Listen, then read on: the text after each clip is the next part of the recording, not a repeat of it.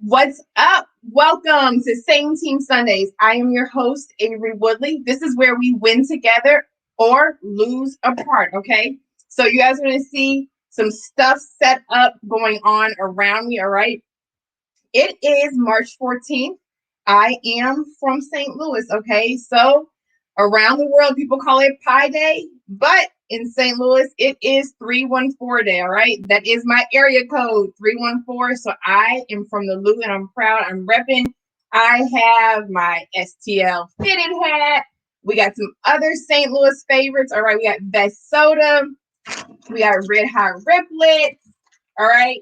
All kind of stuff going on. I even have my shirt, and forgive me, I forgot where this is from. And it says Hustle City. So you see the little STL, all right? So yes, I'm definitely repping St. Louis, and my guest tonight is also from the Louvre. That is not why I chose her to be my guest, all right? It's just her journey and her voice and everything like that. So that's why she was joining me. We are talking about a lot today. We are going to be talking about forgiveness. But when it comes to forgiveness, more importantly, how it's the founder use. All right. I posted a picture on Instagram, I think. Yeah, Instagram. And it's just talking about like fake strength versus real strength and how forgiveness adds to your life. Bitterness ages you, hardens you, all this other kind of stuff. All right. But we're tying the forgiveness into self-reflection and accountability. From there, we will be moving on to okay. Hold on really quick.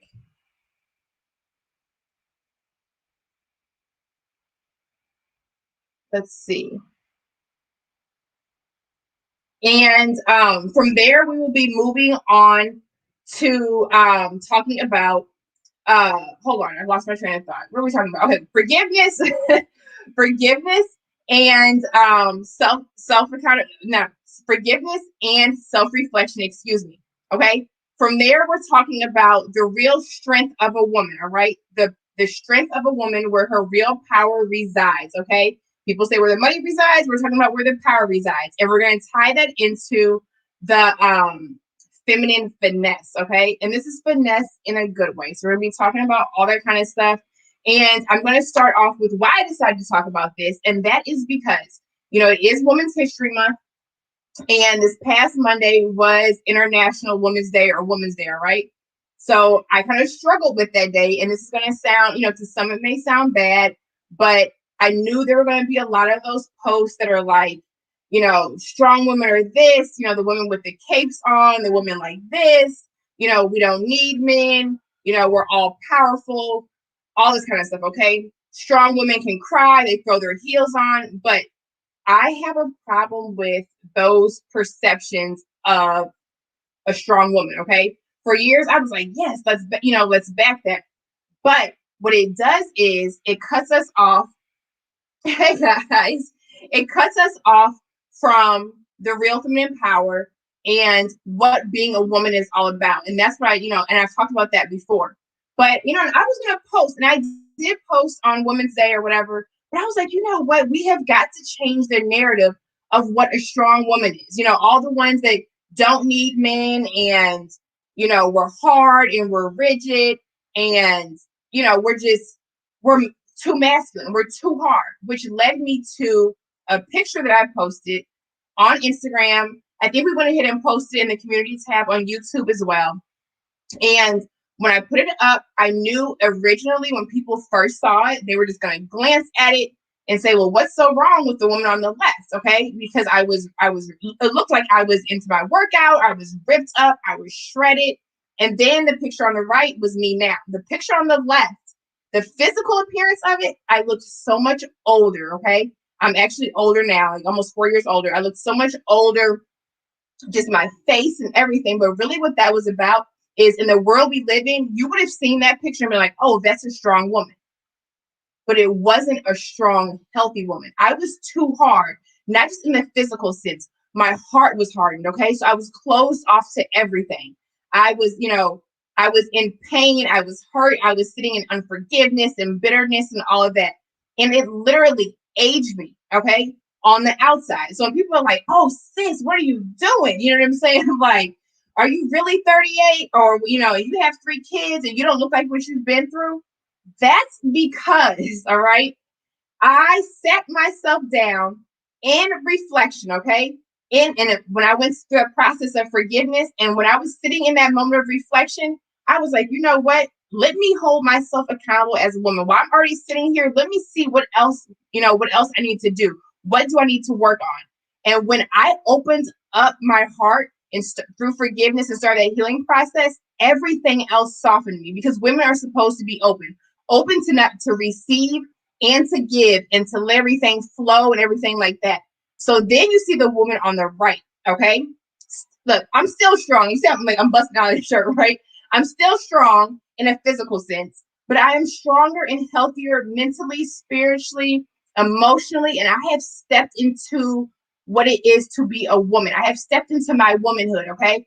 And I'm softer just all around. And that is where my power lies. My power lies in my softness, all right? And like I said, that came from when I had to sit myself down and realize, okay, you have hurt long enough, you have grieved long enough, you have been angry long enough. Where do you go from here? Are you going to exist and die in this space? Or are you going to go forward? Do you want to really turn to the woman that you were created to be? Okay. And that all comes through, like I said, the whole accountability and self-reflection, all of that. So when I'm seeing all these posts that are like, strong women do this, strong women, don't break, they don't bend, strong women don't need men, strong women break glass things, all that. Yes, we do. But when we pump that side, like my guest that's coming on said, when we pump that side, hey guys, now I'm gonna check the stream in a second, the chat. But when we pump that one side, like I talked about in that one live with the feminine and masculine, we completely cut off what it is to be a woman, okay? Like a whole woman. And I'm like, you know what? I don't want my daughters to, I don't want my daughter to see this. I don't want my daughter to think that that's what a strong woman is. So that's why it led me to this whole post that I posted, and to talk about this side of forgiveness, okay? Not forgiveness necessarily for anybody else, but forgiveness so you can open yourself up, soften yourself, find that power, and go ahead and go forth. And so I wanted to feature women during this month that are about that are still on that journey of blossoming and evolving and stepping into their womanhood when they've had stuff in the past. Men and women, we have all had a lot of things happen that can completely harden us, okay? And it's okay, but we can't stay there, whether it's childhood trauma or just something that happened to you as an adult. You can't stay there. Yes, you can grieve, you can hurt. Nobody's telling you to forget it, but you cannot hold yourself hostage to it, okay? You cannot become enslaved to the pain and stay in that space, because you are stunting your growth. So I'm here to tell women, baby, soften up, okay? Soften up, forgive, heal, tap into that power so you can flourish in every area. Because when you step into that softness and you allow yourself to open up and you heal and you deal, you truly step into your power. And when it comes to your business or your personal life, whether it's relationships with a lover or family or your kids or whatever, they all benefit from you stepping into that femininity, from you stepping into what it is to be a woman. When you go through that healing process and you forgive and you let go, baby, you are free, like free as a bird. Sometimes I'm sitting up, I'm just like, what? I don't know what to do. The only thing that really it has like a weight on me are my kids, and because they're my responsibility, and that's okay. But other than that, baby, I'm free as a bird, and I am loving it. All right. My guest, I talked to her a few times, and she even said, she was like, you know what? We were just talking about this whole forgiveness process, and then really about stepping into into being a woman, and what you realize that you want, and things that you don't have to do on your own, and that's what a man is for. And and leaning on some of those traditional gender roles, because once you go through that process, you're like, wait a minute, this is what it's like to be a woman. No, baby, I need a man I can do all of this stuff, so you're strong. You can do all that stuff. Some of that stuff you need to survive, but really you're like, but I don't have to do it on my own, and I can have a whole man beside me, or whatever. And just realizing, even like she'll talk about in business, you use that feminine power, okay, for deals and all that kind of stuff. But this is what we're going to talk about, and a bunch of other stuff. And I'm going to bring her in a second. I'm going to check this chat. If you guys just joined me, it is 314 day. All right. Your girl is from St. Louis. My guest, she is from St. Louis. So we're repping some of St. Louis's favorites. Also White Castle. Some of you guys may have Crystal Burgers. Ew. But White Castle, which I am not about to eat. We have something called emo style pizza. Emo's pizza, but we also have like this style of pizza. You know, it's round. It's really square pieces, really super flat. We have Provel cheese. We have, why am I talking about the food? You know, you guys are probably thinking about Nelly and the lunatics, all these other people. I'm over here talking about food for 314 day. But that's what some of this stuff is, all right? So, hello, Brad, my number one fan. What's up, guys? Well, hello. Yes, your power does lie in being soft. It definitely does. And it is, hold on, it is Pi Day. Oh, let's see. Here, you guys. Thank you, Brad. Thank you so much. I appreciate you. All right, so you guys, real quick. Also, know we do have the super chat function if you want your comment to go to the top. Now, this is different. This is my first time having a guest on the actual live. So we're just gonna really, we're just gonna flow and talk about some of this. We have had some really deep conversations, and that's how I want it to be.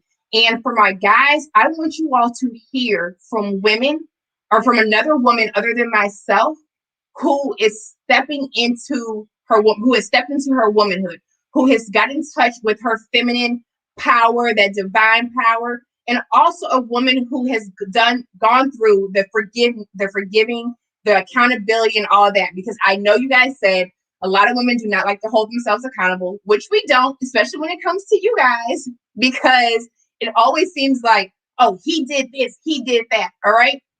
But apart from that, we still owe it to ourselves to evolve and to grow. Okay. So no matter what somebody does to you, you at some point, you have to let it go so you can live your life. And that's why, like I said, I want to bring her on just so you can hear how, to me, real women, okay?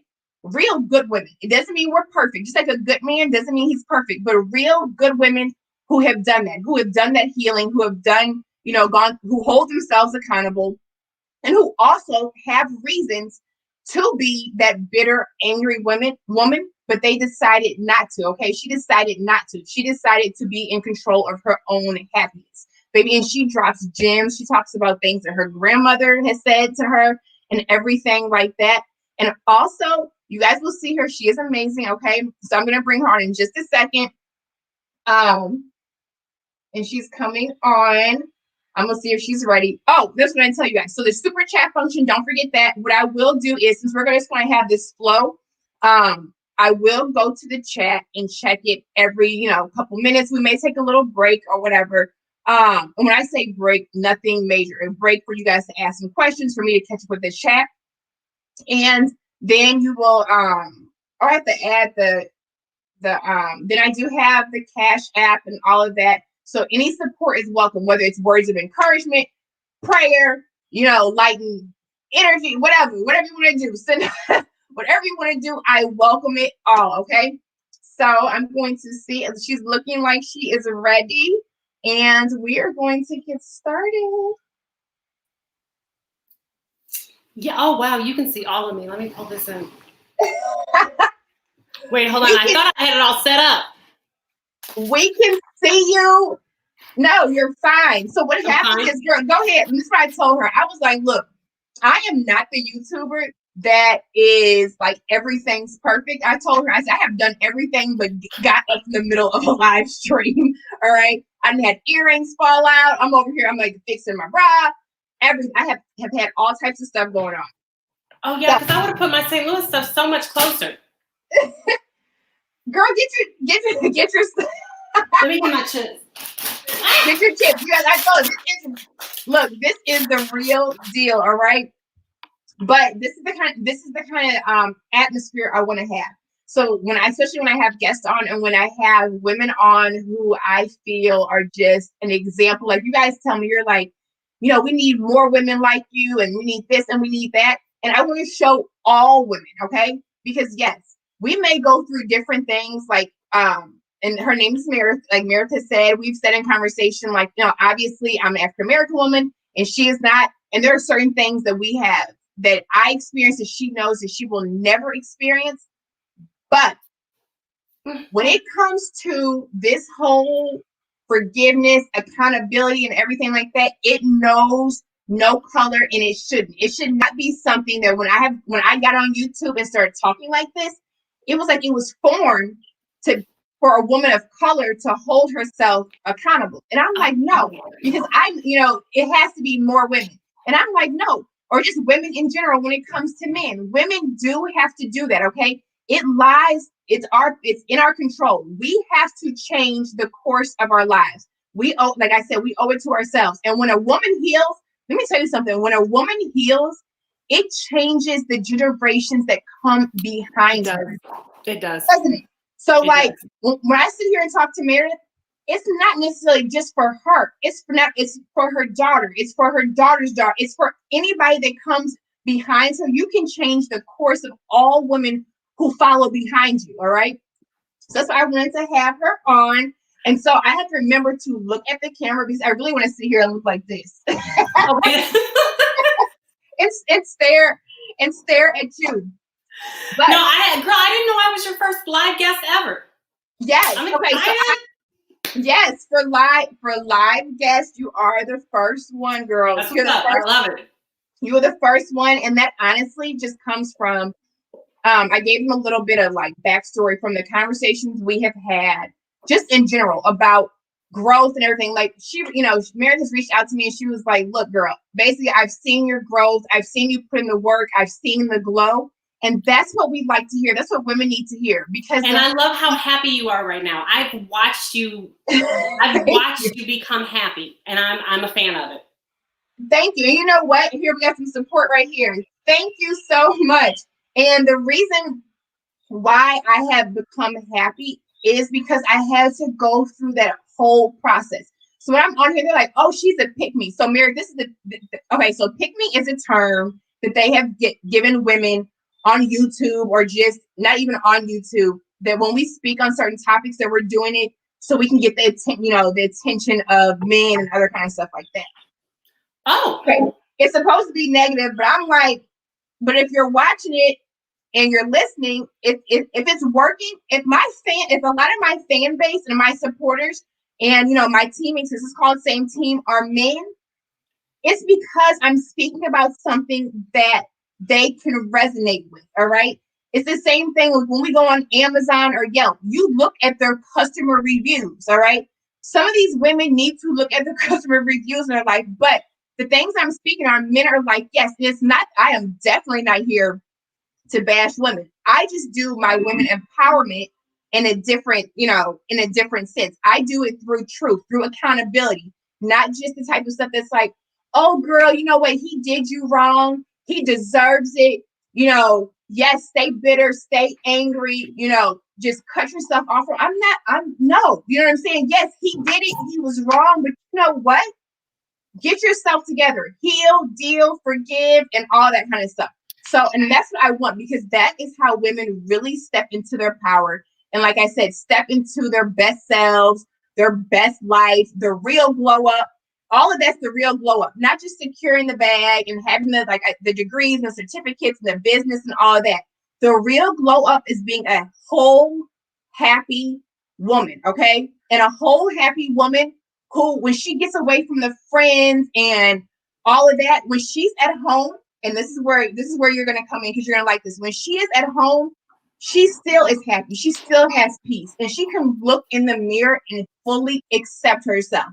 And go ahead, girl, real quick, we're going to kind of work backwards. Go ahead and tell them about that, Jan, what your grandmother said about a woman who can look in the mirror. Oh, my grandma told me, and you know how like adults tell you stuff when you're a child and you don't fully understand the concept of it until you live it, and then you can cycle back through and be like, "Oh, that's what she meant." My grandma told me, "You're not really a woman until you can sit down in the mirror and see yourself and give yourself your own reckoning." And then she would tell me, "I hope one day you see yourself the way I see you. I hope you look in the mirror one day and you see what I see as a woman." Yep. And I went through my teenage years and I thought that was physical, and then my 20s evolving into it. I was a little torn between physicality and just beating myself up. Like, I'm never good enough, constantly all of this ragging. And then I kind of hit my 30s and I coasted and I was sitting in the mirror and I see myself and it feels good. And I know what she means now when she says, you really have to see yourself. It's a beautiful thing. But yeah, Graham's full of gems. And she was like, you're never going to be a woman until you can sit down in the mirror and truly accept who you are. Yes. But I want to go back to, so you said it's a pick me on YouTube. What's it called? Okay, so a pick me is, so they call me a pick me, right? So this is whole gender war thing. Okay, so I'm new to YouTube, well, a couple months in now. So when I got on here, I did a review and I was just talking. Didn't never been on YouTube other than watch makeup tutorials and hair tutorials that I can never get down. All right. That's me. So when I just started speaking, I guess all of a sudden, so men were like, yes, sis, we need this, speak that. And then I started to get the hate of some women. I do have some women supporters that I absolutely love and adore. Okay. But to me, those are evolved women. Those are women. The females, all right. The females, because to me, if you are a woman, you understand what I'm saying and you do not take it personal. Anybody else who takes it as, oh, she's a pick me, which I'll explain again, or, she's bashing women, is a female, because only a woman will understand the whole accountability, the whole point of being able to sit down in front of the mirror and accept all of yourself, your flaws, your mess ups, your beauty from the inside out, all of it. So the things that I talk about, okay, holding women accountable, forgiveness, some of them are, a lot of it is tied to men because that's where I was coming from, but not even when it comes to romantic sense. Yes, some women may not be intimate and that's perfectly fine, but just the whole woman and just my life experience, they're like, oh, she's a pick me. Basically, you're getting on here just to get the support of men and to get the fan base of men. Like, I want men to pick me. Okay, but as a woman, don't you want to garner a man's attention? The right man under the right circumstances that's manipulated the right way, but isn't that the whole point of being a woman? What's wrong with that? Maybe that is the power of being a woman. It's to garner a man's attention, whether it's for a business deal, like you may have, whether it's for just, it can be anything, okay? Help, anything. But do you know the power that a woman has when you draw the attention of men? It's limitless. It is limitless. And it's there for us. So they're saying, I want to get picked. But you're saying you want to get picked. You know what I'm saying? But guess what? The reason they can call me a pick me is also because I picked myself first. You know what I'm saying? I was like, you know what? I need to love all of Avery. And the forgiveness and the accountability and all of that is a form of self-love. Do you agree?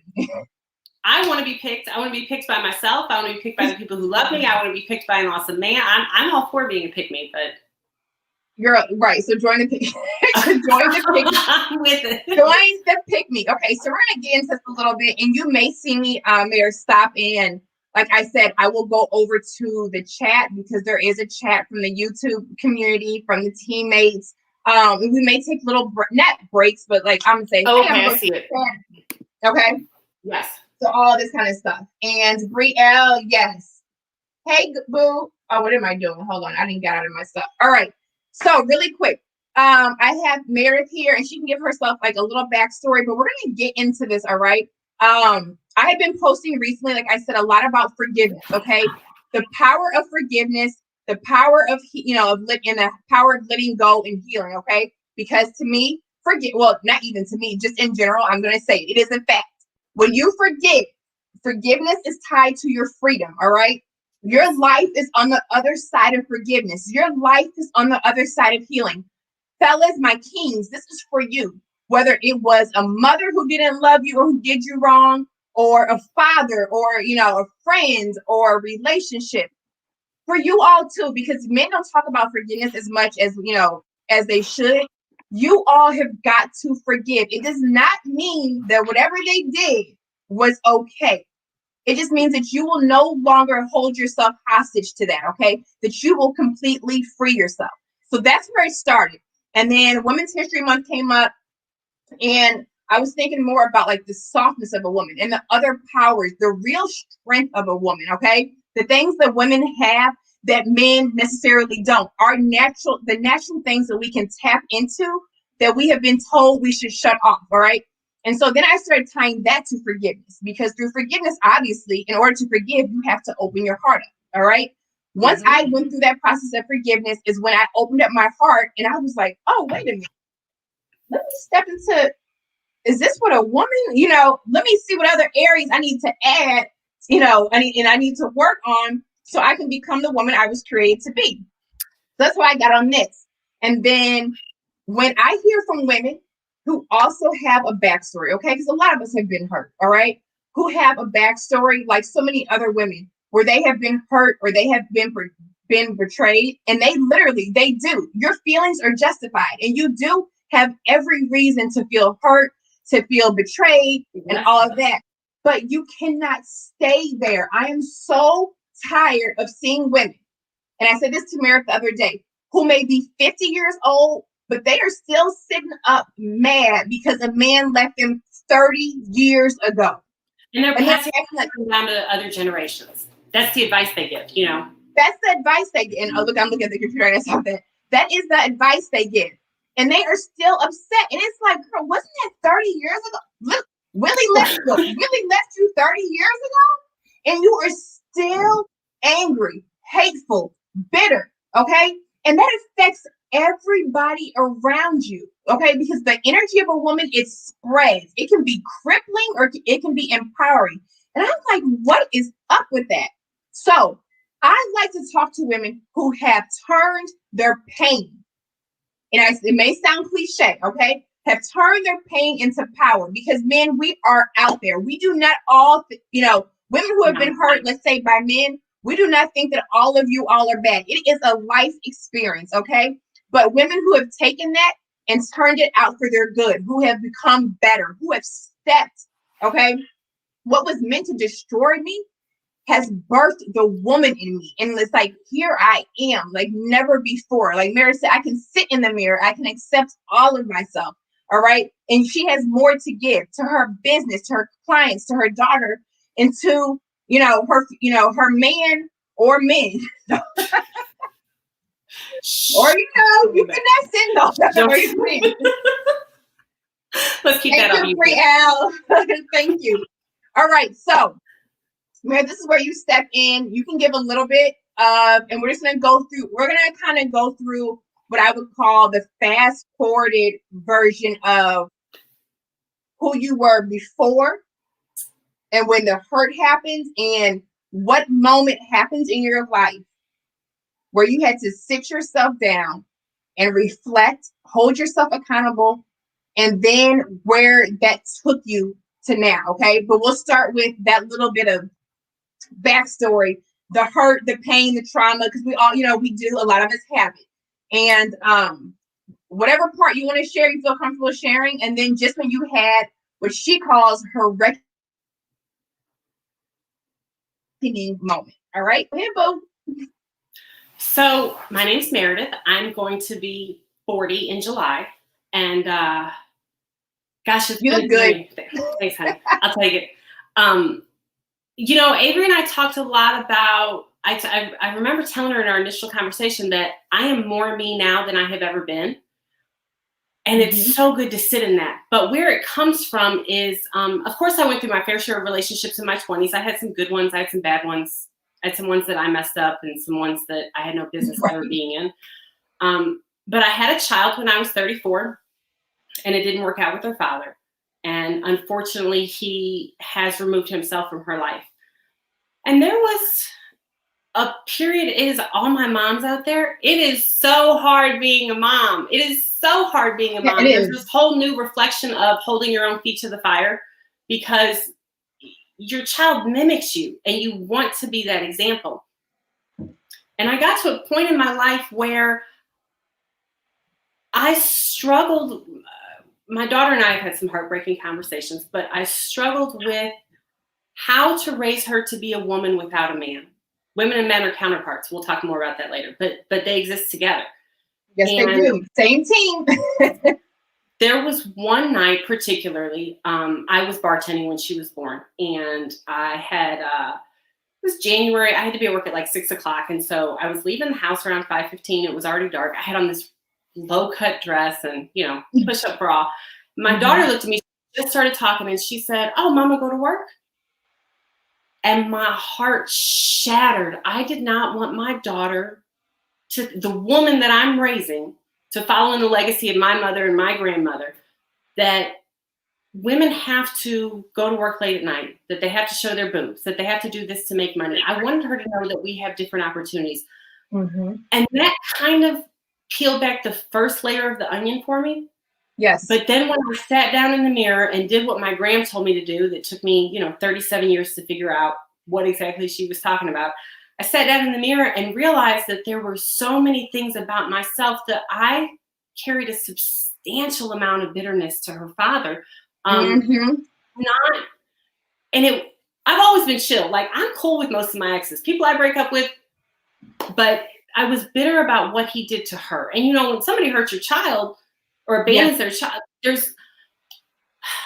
and I went through this phase of, I say the first year and a half of her life, I could do anything. I was hell-bent to prove to my daughter that women can do anything. We don't need a man. We can do what we need to do. Mama will take care of this. You're not going to want for anything. You're not going to lose anything. You got me, and that's all you need. You went into that so really quick, I'm going to stop you. You went into that superwoman survival mode. It's, you know what I'm saying? It's because you were still hurt. And it's like what you do is like, and it's also to prove to others. And you may not even have known that you were doing it, to prove to others. Watch, he left me, but I got this. I'm going to do it. I don't need him. I will never need a man. It'll just be me and my daughter, and that's all she needs. And that's all she needs. All I need. But then my daughter started asking random people to be her dad. The guy walking the dog down the street. I remember one day she was looking for her dad. She was playing hide and go seek with her dad. And one day she asked me if I could be her dad. Your kids put you on the spot and you have to have an answer right away. And I sat there and sat in it for a second and was like, honey, mommy's a woman. I can't be your daddy. Mama, I'll give you everything that I could possibly get my hands on. I'd sleep under a bridge for you to be happy. I can't be your dad. Yep. A man has to be your dad. Yes, he does. And that also peeled back some layers of the onion for me, where I really had to assess how I'll be able to raise her, to teach her what a true man is without a man. And that's something I still struggle with. I don't know how to show her. Yeah.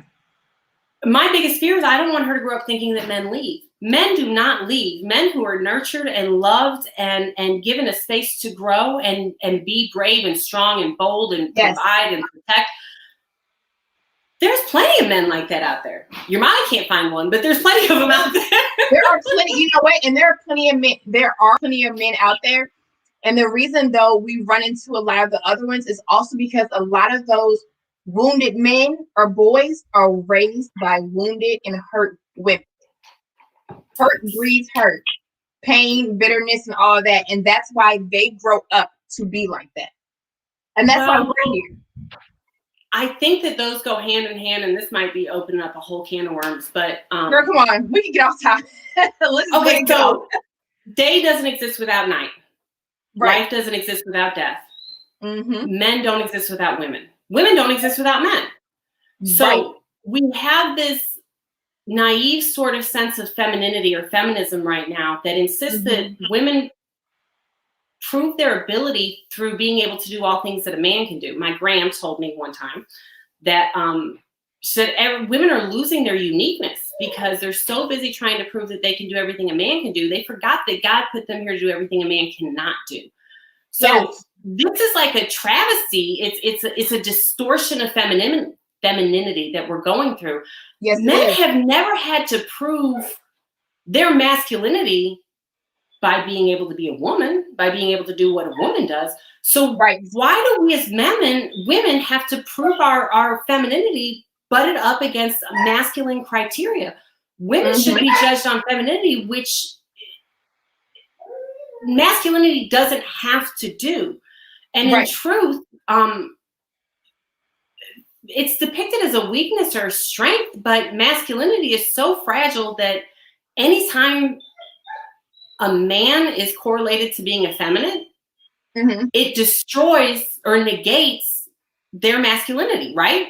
Right. Why would we as women want to destroy or negate our femininity? Like, I don't want to assimilate. I want to be a woman. I don't want it to be I don't want it to be based off of like, and then this goes to your point.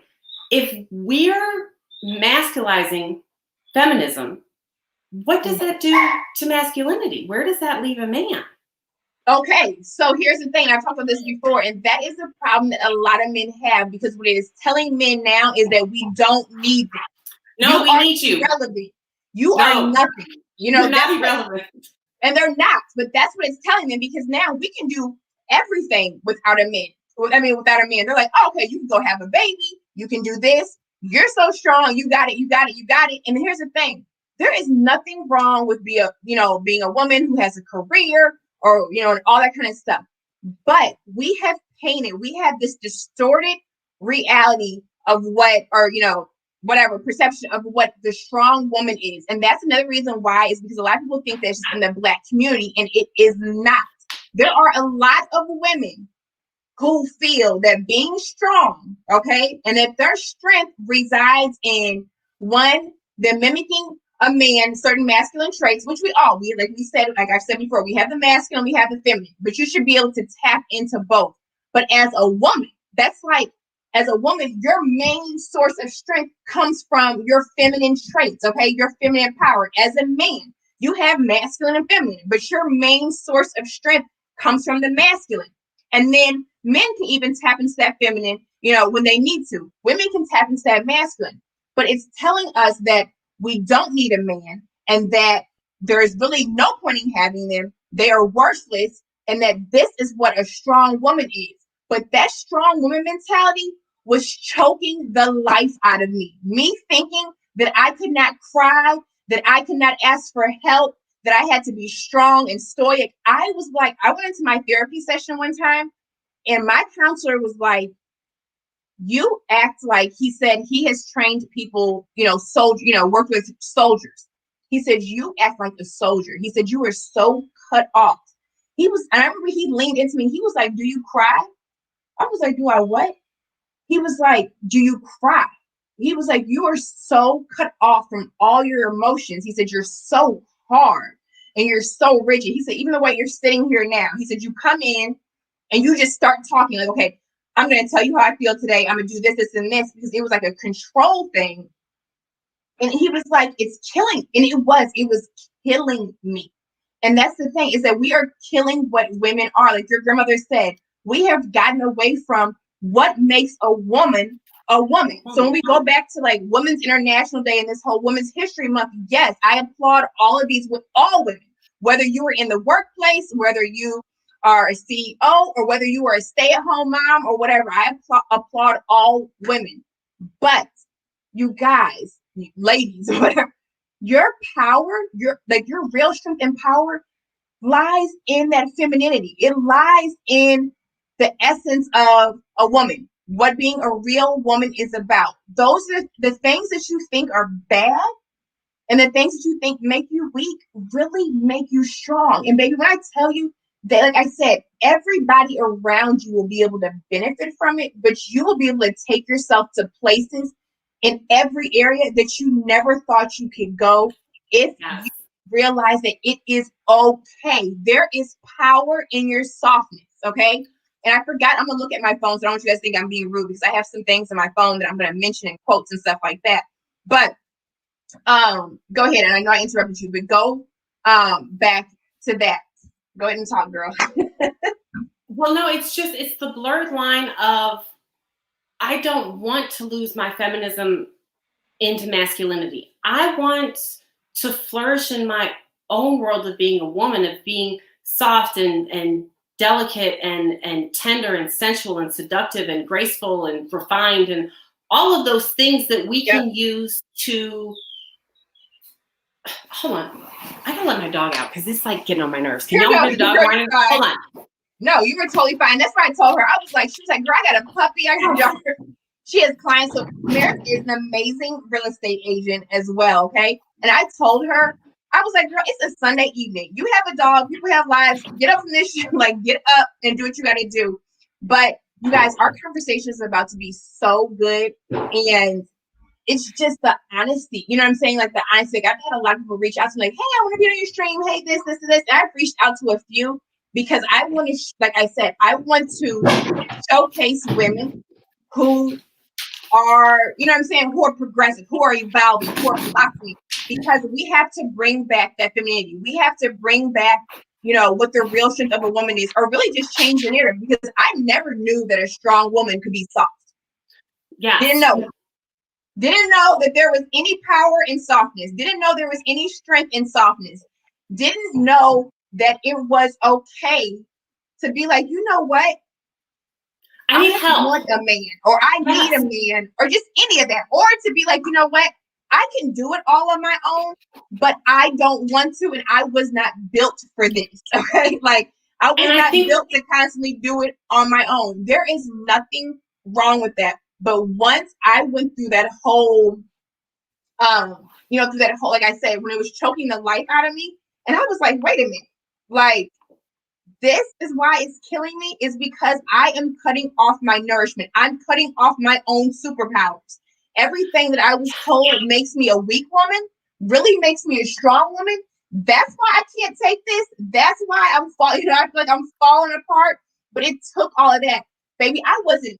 I wasn't compassionate. I wasn't empathetic. I could barely listen. You know, and I did. I had some amazing qualities, but these were core traits, core, you know, values, my source, like I said, my power that I had cut off from. And I'm like, and then once you come out of that, so, and correct me if I'm wrong, once you go through that forgiveness and that accountability and letting go of the hurt and the pain, the bitterness, then you start to realize how many women around you are not on the same side. They're still over there. Because baby, when I tell you, my circle got so small, I'm over here like this sometimes. And that's why I get the pick me or the backlash or whatever. I'm like, oh, that's because y'all still on the other side of that storm. You know what I'm saying? Like, y'all haven't stepped. You guys haven't realized you haven't stepped into your womanhood. And it's like, it's caused that division. And so when these men are, you know, a lot of these women that are out here, they're angry and hurt. And I'm like, no, baby, that is your power. So instead of bashing you, it's like, I am talking about the accountability. I am talking about letting go of the hurt and all of that, because I'm talking about coming down off your high horse and realizing that, yes, even though you have an amazing job and you make 6 figures or 7 figures or whatever, that does not mean that you cannot be feminine. That does not mean that you should not, you know, still praise and honor and respect a man. It does not put you above him. You know what I'm saying? It doesn't put you above him. And that is what is stunning the woman's growth. So when I tell you I'm about woman empowerment for real, even when it hurts, because to me, and you know this as a parent, and then even for you, those of you all who do not have kids as a child, a lot of parents that show love, they love and support you, but they correct you. You have to correct. If you love yourself, you will correct yourself. When others love you, they correct you. I remember I had friends growing up, girl, and they'd be like, oh, you know, I wish I had parents like yours. I'm like, girl, I want punishment. But then they had parents who were always traveling or gone, and they felt like their parents didn't love them because they didn't correct them. You know what I'm saying? So correction and accountability is a form of self-love. And that's what I want women to know and to see, with, you know, and to be able to hear the voices of other women and be like, dang, you know what I'm saying? I've been hurt, but look at how she let go. Look at how she's tapped into, you know, her power. Look at how she's healed and it's affecting her life. And she's sitting here and saying that she feels more like herself and more like a woman than she ever was. Because baby, you can dress it up however you want. The outfits, the hair, the makeup. But like Meredith said, like her Grammy said, if you cannot sit in the mirror and look at yourself when everybody's gone, if you can't look at yourself and accept all of who you are as a woman, You're not a woman. Like, you still, you know what I'm saying? You still have some evolving to. It's an everyday process, but you have to go through that process. You have to go through the forgiveness. You have to go through the accountability, through the letting go, through the correction. That is the only way to get here, baby. And this side, baby, ain't this where the money resides, Meredith? Well, and I think that's something else that we should talk about is that women, the industry and the media and the things that we see that are portrayed right now, healing is a process. Part of that process is going to come down to almost like a fight or flight mentality. Like when I was healing, I needed to know that I was capable of doing everything that had to be done. And women should know that. Nobody's saying you shouldn't be strong or that you shouldn't be able to do it all yourself. You should. You should definitely be able to, and be able to trust yourself enough to know that you are capable of handling the pressure, that no matter what happens, if you're the bottom line at the end of the day, it's not getting past me. I can take care of it. But that's just one step in the process. And I think we've gotten into this mode of, I call it like Beyonce syndrome. I love Beyonce, but I call it like Beyonce syndrome, where we get stuck in this mode of, we can do anything ourselves. We don't need a man. Yes, that's absolutely true. And it should be that way. You should know that about yourself, but that doesn't help you grow. That still leaves you in a place of pain. And you have to be able to sit down and analyze that pain, compartmentalize it and say, how can I make this work for me? Because I don't want to hold on to this. Not only do I not want to hold on to the mental aspect of it, I don't want to do it all myself. It's hard. Life is hard. I don't want to make all the decisions. I'm a single woman homeowner. Drives me up the wall. Baby, do you hear me? Like right now, and I was around this house and I still have this to do. I still have this to do. And thank God for the men in my life, because I got to a point to where the old me would have been here, probably hair falling out, trying to figure it out. They were like watching YouTube videos how to put in a new bathroom counter. I don't want to. Let me do it. Let me hire this person. Let me do this. You don't even have to worry about it. They will contact me if something, I had to, if something goes wrong, I had the general contractor, the carpenters, whatever. And that's what I'm saying. Before I would not have, done that. I talked to you, is that once you come to this realization of what a woman is and what your feminine power is, then, because we have that battle. We have to unlearn everything that we thought was a strong woman. Okay. Yes. So, and everything that we thought was a real woman. So once you unlearn it, then you have to apply it. So sometimes I'd be like, no, this is my house. I got it. And I'm like, nope, fall back. Okay. It does not mean that when you fall back as a woman, it does not mean you are beneath a man. It means that you are falling back into your space and you're allowing him to be who he is and allowing them to take the lead and to handle some of this stuff that they should be able to handle, so you can work, so I can tend to the kids or tend to myself or just other stuff, But then, yes, if they can't do it, then it's like, yeah, okay, I got it. Being feminine does not mean helpless. Period. No. And I think we've blurred those lines. And, I also think that it's important that we talk about closed mouths don't get fed. Yeah. It's okay to ask for help. You're not negating your own abilities. And the superpower of being a woman is the ability to manipulate the conversation so it goes the way you want it to go. Yeah. God may have made men physically stronger, but he didn't necessarily make them more intelligent. That's not to say that he made them stupid or anything like that, but he gave women intuition and femininity. And if we use that combination properly, no man's ever going to say no when you ask him for help anyway. He's supposed to help you. If you make him feel like a man, if you give him that environment and that space, that's what they want to do. Let him be great. Let him do it. Men love when you let them be a man.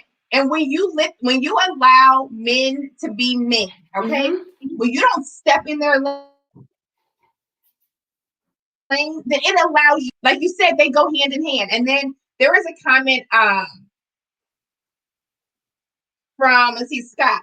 And I think Scott might have been confused about when you said that, people should do it all, but he's talking about how parenthood and all that kind of stuff is a partnership.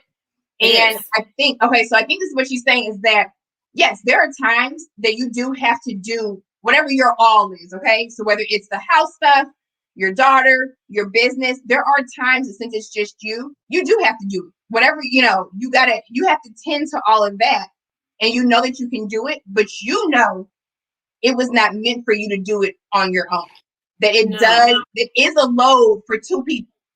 You know what I'm saying? And that's the thing. There was a point where there was some stuff I had to do on my own. And it's like, okay, cool. If I got to do it, I can do it.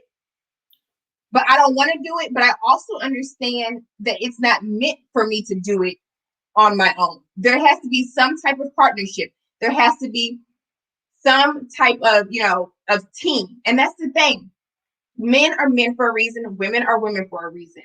And there are things that when we tap into, like you said, that feminine power, that we can guide and lead quietly. And that brings me to, so this article that I read, right? And it was talking about, there's that famous quote that always says, what is it? It's the one about seldomly do well-behaved women make history or something like that. Mm-hmm. Okay. You guys know that quote. You'll see it everywhere when it comes to like women empowerment. Yeah. So seldom or whatever do well-behaved women make history.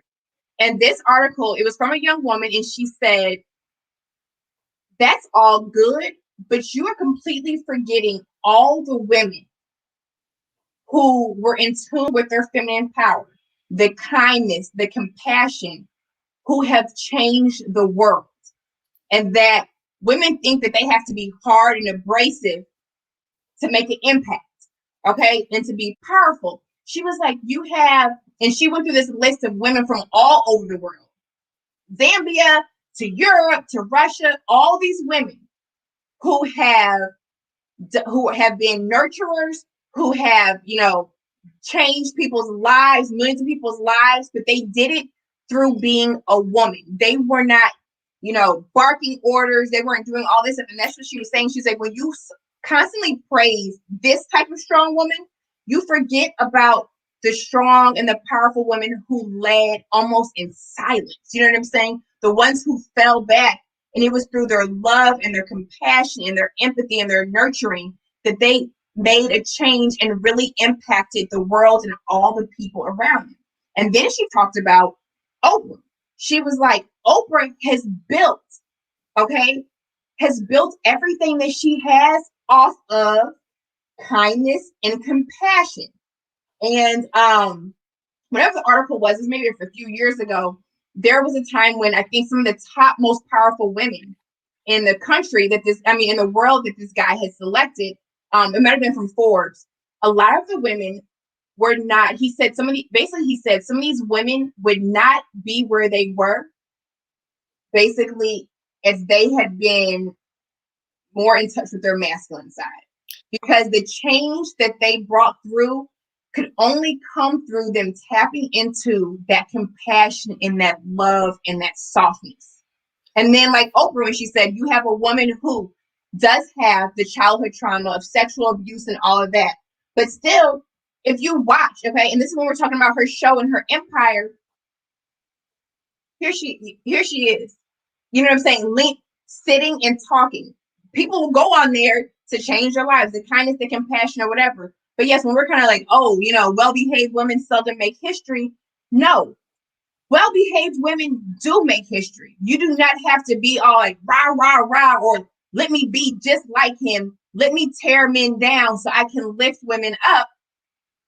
No, it's not, because it's killing off what a real woman is. And you're just constantly, you're more hard women. Like I told them, and I don't know if you've seen this at your daughter's school, but I see young girls, okay, elementary age, baby, angry, mean, bitter. I'm like, girl, you ain't no problem.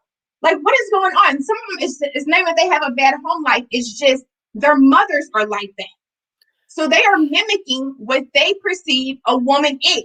Mm-hmm. Angry, bitter, hard, mean, maybe talking to men any kind of way, or they may see their mothers who are, who are successful and amazing business women and educated, but they're like, their emotions and their personal life, they don't have one because they're chasing all this other stuff. So then they're going to be the type of women who are like, oh, I'm gonna chase this, and they're cutting themselves off to a whole nother side of life or whatever. They're cutting themselves off to becoming a whole woman, and they're just like, okay, I'm gonna do this, this, and this. I'm just gonna chase this stuff and secure the bag, but drop my femininity and drop what being a woman is all about. And we've talked about this. Oprah's successful. She started as a talk show host. People feel comfortable talking to her. Mm-hmm. That's what a woman has to offer. You can be poised and ruthless. You can be quiet and cunning. You can be deadly and graceful at the same time. Oprah is successful because she has that maternal, gentle, delicate feeling of, I want to share my life with Oprah.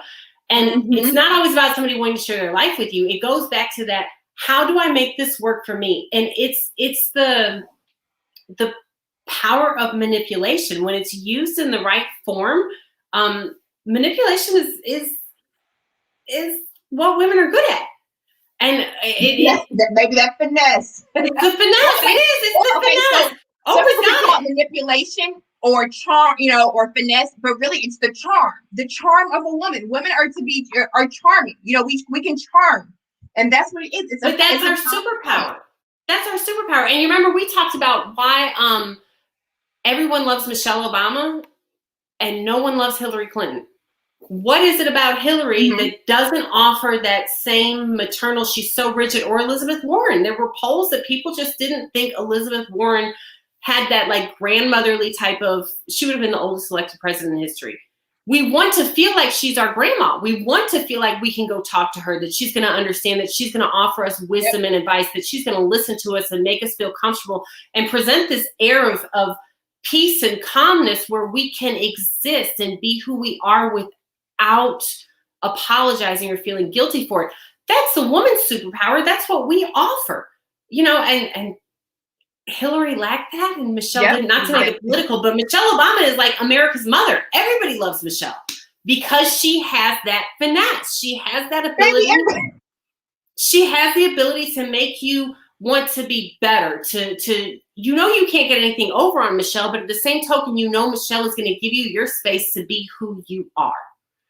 That's what a woman does. Who you are. You know who else was like that? To take back to TV, and this baby, I'm trying to be like her, okay? So recently, I'm like, not even recently, but over the years, I'm like, you know what? I'm going to be like this woman because this is that's where my power is. Felicia Rashad. I love Felicia Rashad.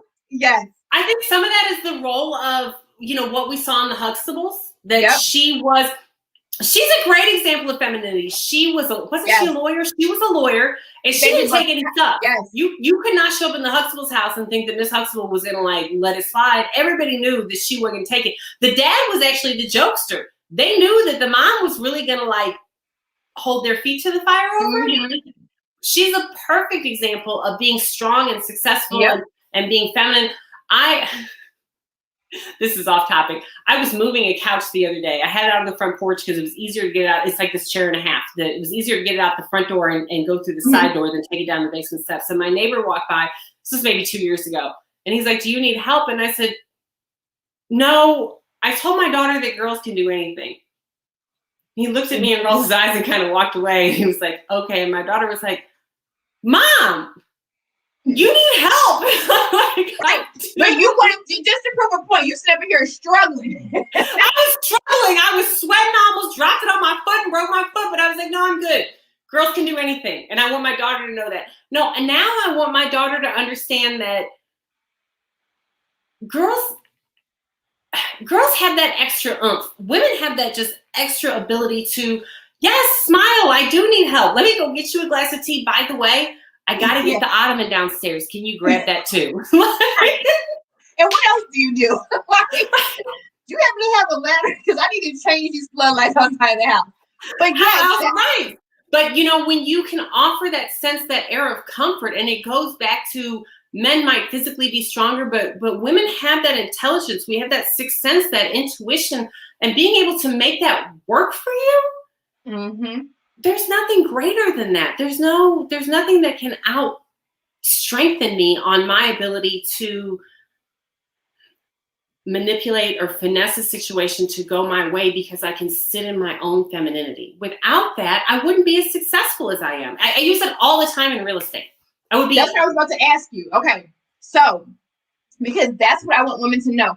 I don't want them just to think like, oh, well, she's talking all about getting a man. No, that's not what it is. It's about getting to yourself. Like, I had somebody the other day, they were like, well, I hope with all the, you find a husband or something. I was like, first of all, like, women do not find a husband. All right. I was like, that's not the problem at all. And you don't know what I have going in my personal life, but that's not what this is for. This is for women to find themselves. Okay. Because when you find yourself, then you open your world and you open your life up to everything else. So like you said, to receive, to give, to listen, to be compassionate, to become successful. Okay. Successful even in business. So nobody's telling you all to think about barefoot and pregnant in the home and all you're doing is breastfeeding babies, and scrubbing the floor, which, you think about Cinderella, like scrubbing the floor, and you got to have sex as soon as he has sex, and you have no life and no voice, you can't get your hair done. That's, get away from that image, okay? No, because that's not what it is at all. It's still, at the end of the day, it's for you. You still want to be beautiful for you. You still want to be strong for you. But at the same token, sharing that and offering that to a man only helps flourish the masculine, the man. Again, that's the whole point. It helps the world keep going, because we're built to be like this. It is a union, okay? Whether it's in a romantic sense or even in a business sense. Think about like the men and women that could connect and build empires and leave legacies. And I hate to say it, but if some of those women would shut up, get in their lane, tap into their superpower, and be like, you know what? He's the man for a reason, and I am the woman for a reason. Being a woman does not mean less than, okay? It does not mean less than. Like I said, if a man leads and if he's in front, it does not mean you are beneath him. You are behind him for a reason, because he can also protect. But that means you also have his back, all right? And you can give him that extra push to accomplish anything when he needs it, and sometimes, and vice versa. But when it comes to my women who are, are entrepreneurs or do have, careers or pursuing degrees and doctorates and all that, they need to hear that you can do both. Baby, you can be both. You can be strong and you can be soft. You can be successful and you can be submissive. I'm not even going to go there. That's a whole nother stream that I'm going to do. But you can be both. You do not have to cut this side off. Meredith, talk about your success and how you use it. Just give us some examples of how you even use it in your career and being a real estate agent, an amazing real estate agent at that. Yay. So yes, I'm a real estate agent. I've been doing real estate for about 3.5 years. When I initially started doing real estate, we all have our social media stalkers, right? So I jump on Facebook, Instagram. I'm like, hey, I'm in real estate. Let me know if you need help with anything. And I had a couple guys inbox me that I knew were just trying to find an in to communicate with me, right? Right. And this is when I'm still going through my process. I was so irritated with that. Like, do not BS me just because I found a career. Respect my career as a woman, right? Until I sold one of them a house. So there is a way I have learned that, look, the world is about not just what you know and who you know, but what you look like when you meet those people. There's nothing wrong with using your beauty and your aura, not just your physical beauty, but the aura that you create as a woman. The energy. So when you have, the energy. So when you have people that want to be around you or gravitate towards you, and I'm in sales, you're in sales, you reach out to me, I'm going to help you find a house. In addition to the fact that, okay, you may have like an underlying ulterior motive, but you're obviously wanting to go on some type of journey with me. Let me help you learn how to buy a house. In addition to that, did I not only figure out how to use that feminine finesse in the way of manipulating like my social media stalkers into actually buying something, the best part about it for me is that real estate is a lot of negotiations. There's a lot of deals that go on. And if you have an agent who loses their cool or is too quick to jump or offer information, you as the client are going to get the short end of the stick financially. What I have learned that is so beneficial to me, especially when I'm doing deals, is to just sit back and listen. The other real estate agent calls me, honey, he can tell me everything he wants to tell me. And I'm going to listen. And I'm going to make him feel comfortable talking to me about it. He's probably going to tell me more than he should because I'm giving him that energy of where he feels like I'm letting him be a man, dictate all of that. And then by the end of the conversation, I have what I want. He might not necessarily have what he wants out of it. And this is just from a business standpoint. This isn't from like how you build love or raise children or have a marriage. But from a business standpoint, as a female entrepreneur, somebody who is constantly doing deals and talking money and trying to get the best of the best from my clients, being able to sit in my femininity is beneficial for my business. It gives me what I want. And at the end of the day, don't we all want what we want? Like there's nothing wrong with manipulating what God gave you, your self-esteem and your beauty and your sensuality and everything else. Like I said, you can be deadly and graceful at the same time. And if somebody feels like you're being graceful, if someone feels like you're being poised, if you're being quiet, that doesn't mean you're not being cunning. And finding that median of my womanness has made me money. Like, And it is amazing what people will tell you if you just sit and let them talk. Just sit and let them talk, baby. Don't say anything. But that's what women do. Men go into it like they know everything. They want to tell you so. Shout out to the men. No disrespect. Y'all think y'all know everything, which is fine. Sometimes we want to learn from you. But if you want to sit there and know everything, you can sit there and know whatever you need to know. I just want to sit back and listen to hear what you have to tell me, because a lot of times this is the art of the deal. You're going to let something slip that's going to help me. So, and guys, we're talking business, okay? So business. This is not, she's not saying in relationships and raising children, all of that. And if any of you guys have just joined, we are talking business. She is talking about sitting in her feminine power, her feminine finesse, and how it works for her as a businesswoman, as an entrepreneur, how it is tied to her success. Because baby, right now, if you did not tap into that, if you were rigid and hard and all of that, you would not be as successful as you were. No, and that's the thing. It's again, we're talking about business, but the thing is that the more I sell, the more money I make. The more I learn to utilize my being as a woman, I want people to feel comfortable with me. I want them to give me all the information that I need. And this is the art of the deal. I'm not talking about like being a hairdresser or something. When you are negotiating real estate, it comes down to the dollars and the best that you can do for your client.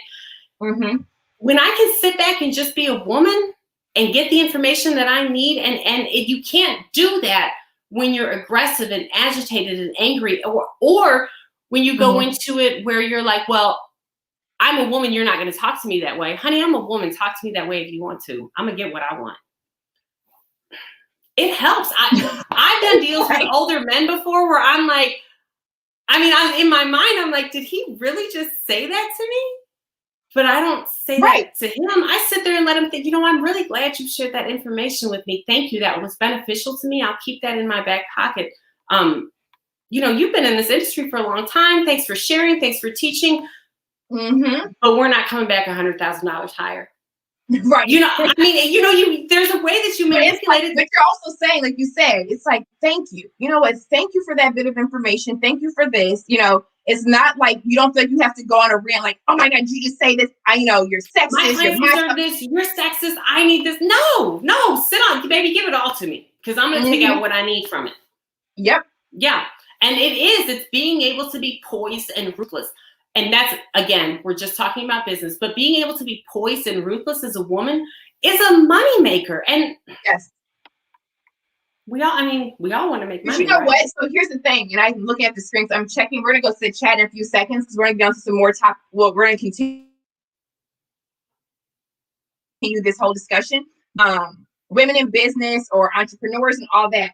who feel that, okay, I have to be, cut off my feminine side, tap into my masculine side, because that's where the power comes from. That's where my success will come from. And it does not. But also remember, I mentioned this on a previous stream. I think I told you this, that there was a woman who worked with, she was like the right hand of the CEO of a large corporation. He was a man, and she said that she noticed when it came to his deals, and I did mention, I think I did tell you this too. When it came to him really closing intense deals, ones that were really important, he would sit back and listen. She said he would even tap into some of those feminine traits to get the deal done. Instead of being like, no, you're going to do this, he would let them say, well, what do you think is going to, if it was a buyout, what are your concerns, or what do you want, or how can I help you? What can I do to help you get this done, to make you, feel more comfortable? And he would sit back and listen. And that's what I'm saying. So even if a man, you know what I'm saying, and a successful man knows that there is a time to use that, then women, we have it. Use it, okay? Use it. It makes you better. It makes you whole. It makes you successful. Stop thinking that in order to be successful, in order to be powerful, in order to break the glass ceiling, to make an impact, that you have to cut off your femininity, that you have to, completely cut off men from your life and only use them when you need to, or for a photo op, or for a picture, or whatever. Because that's a whole nother thing. You have a lot of women who get married just because they want their husband, they want that man as an accessory. He's like it's like acquiring a new handbag. And then they want him to give them the kids or whatever. They end up taking all these pictures, doing all this stuff, baby, and cannot stand each other. He's miserable. She's miserable. She's running everything, running the show. She belittles him, emasculates him, or whatever. But it's like, I need you for this photo op. I need you for this lifestyle, for this look. And it's dangerous. It's like, no, you can have it all. You can have it all without killing off the other side, without saying, I don't need a man, or without thinking you are in constant competition with a man. Men are not put here to destroy us, just like women are not put here to destroy, to connect and lift each other up, whether it's in business, whether it's in your personal life, or whatever. That, that's where it's all coming from. But we're going to go, let's see. Some of these conversations. Let me see. It seems so obvious to me. Scott said it seems so obvious to me. It takes us a long time, Scott, because we have the pressure of the world. Like I was talking about, like we have this whole sense of where now we have to define our femininity based off the criteria of masculinity. And we've lost what defines us as women. And so then here we are hardening ourselves and becoming so rigid and forcing ourselves to be brave and do these things. And it's hard for us. It doesn't come to us. We have to go through that process. And a lot of us get stuck in the part of, we are brave. We are, I can be just as strong as a man can be. And of course you can. And all women should know that about themselves, but that's not the stopping point. That's not the end game. The end game is being able to have that fail safe in yourself, but fall back on your femininity. Be a woman, flourish in it, enjoy life as a woman. And that's because we're told that men are strong, this is what makes a man strong, this is what makes a woman, and this stuff makes a woman weak, or whatever. But we both have our own strengths. You know what I'm saying? So women, let men be strong the way they're supposed to be strong. Women, you be strong the way you're supposed to be strong, because that's how the world goes around. Okay, Rod said, when a woman is in the presence of a strong masculine man who has a good balance of wisdom and strength where she feels safe, she will naturally fall into her feminine state. Rod, you are absolutely right. And that's what we talked about before, is that if a woman allows a man, if you let a man, and when I say allow, that means get up off his back, fall back. If you let him be a man, okay, and you lead, and you allow him to lead and whatever and all of that. And even yesterday I did a quick little live and I talked about how important it is for women to show men affection. So like the intimacy, as far as like the touch or saying, baby, I need you or I miss you or whatever. Men love that. Okay. Love it. So the ladies who do want to get picked, all right, listen to me, baby. But the ladies that do want to be picked, men love that and they need that because, you know, women want that and need that. But in order to receive it, you have to give it, all right? You have to be able to lead by example. So let him know that you love and appreciate, you know, oh, baby, your arm, them shoulders is looking right. You know, you feel you feel so strong or whatever it is. Let him know that you desire him outside of him just paying for the bills or, you know, or whatever. And then he can desire you. You know, they want that, what is it, Prince Henry, Harry, whatever, like, oh, he don't move my ponytail, girl, because you stank and you got an attitude. He don't even want to touch you. But if you know what? Don't be too real with me, Rachel. You know, I've already been on here and I done called people trifling. I said their mamas were trifling, they were trifling bitter. I have to release their target because God, you know, I think that's probably why God chose me. He kept that. I was like, you know, I don't have a filter, really. He's like, people need to hear that. But no, seriously. So you sit, you're like, oh, I want this, I want that. But what are you doing to get that? You know what I'm saying? What are you doing? And that's the thing. Allow a man to be a man so you can fall back. I remember I had a friend one time and she told me, and I was going through this whole, you know, getting in touch with this side. This is after the process of the healing and everything like that. And she was like, Avery, when it came to like me dealing with men, she was like, Avery, now is the time for you to allow yourself to be a woman. She said, whatever man you deal with from this point forward, allow him to be a man and you allow yourself to be a woman, you know.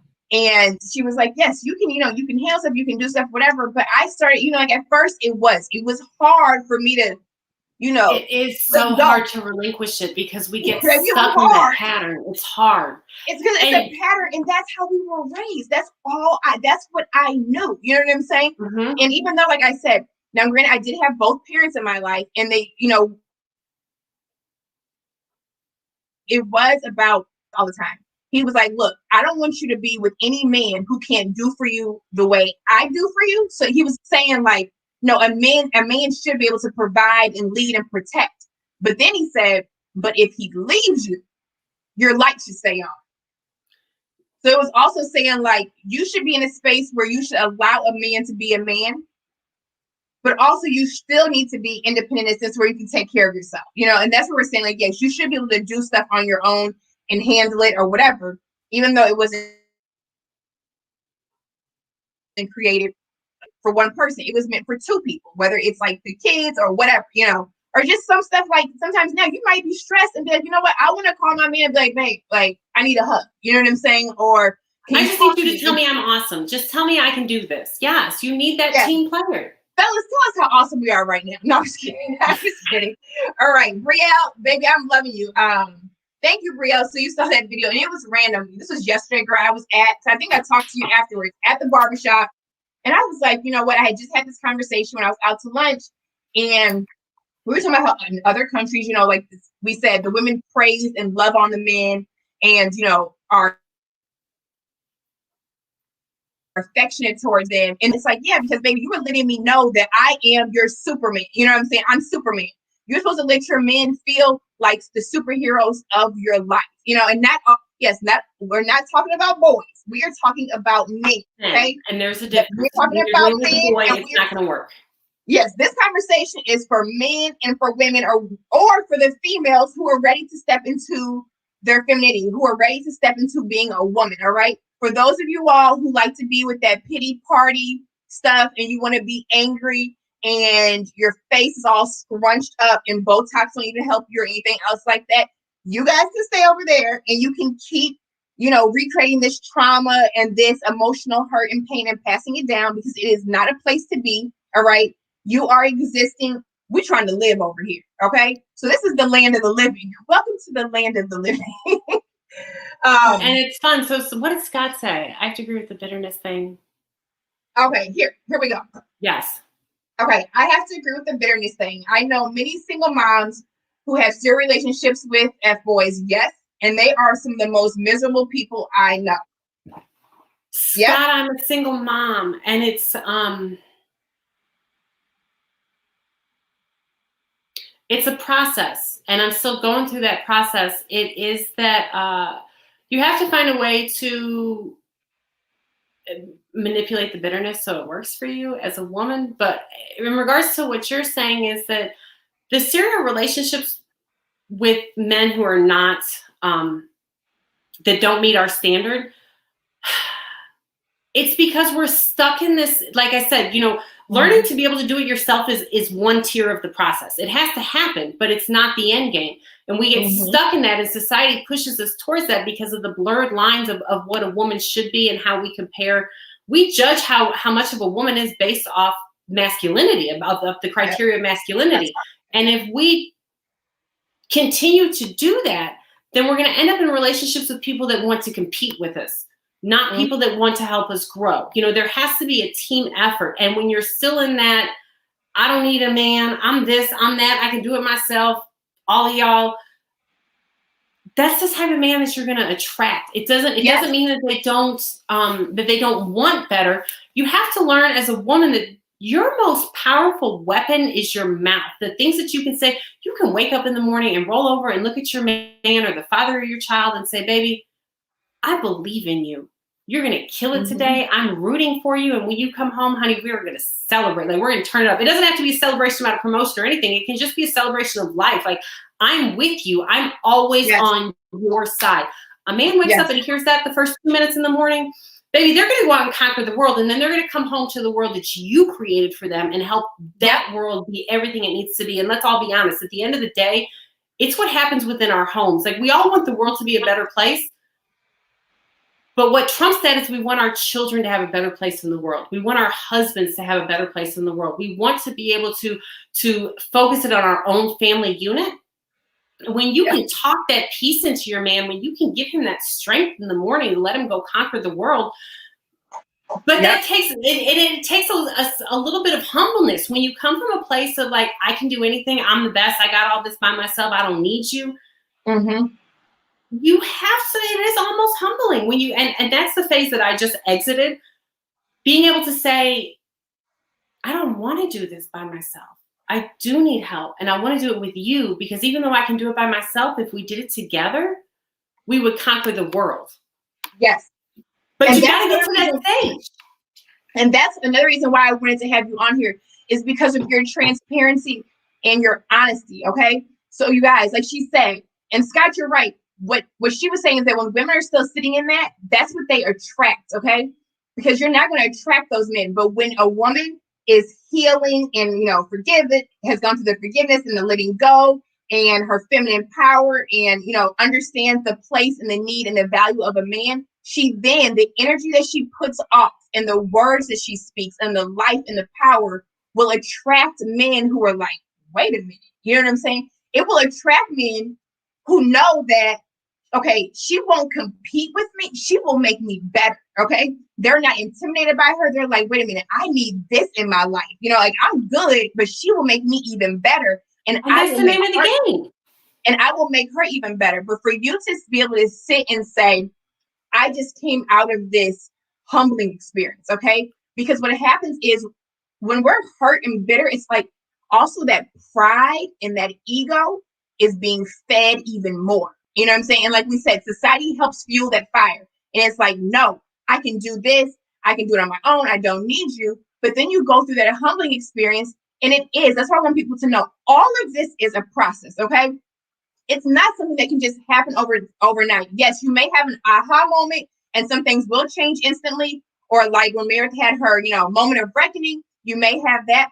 But still, you have to recognize it. Then you have to accept it. Then you have to apply it. And when you're doing that, then you're unlearning everything else that you were taught, whether it was in your home or from society and all of that. So it is a process. Okay. It is a process, but it is a necessary process. Mine did not happen overnight, either. I didn't go from hard to soft. I didn't go from like, y'all did this, you did this, you did this. Okay. Now I'm here. It was a whole thing, like I was fighting because it's easy, that blame game and pointing the finger, especially when you have been hurt, it's easy.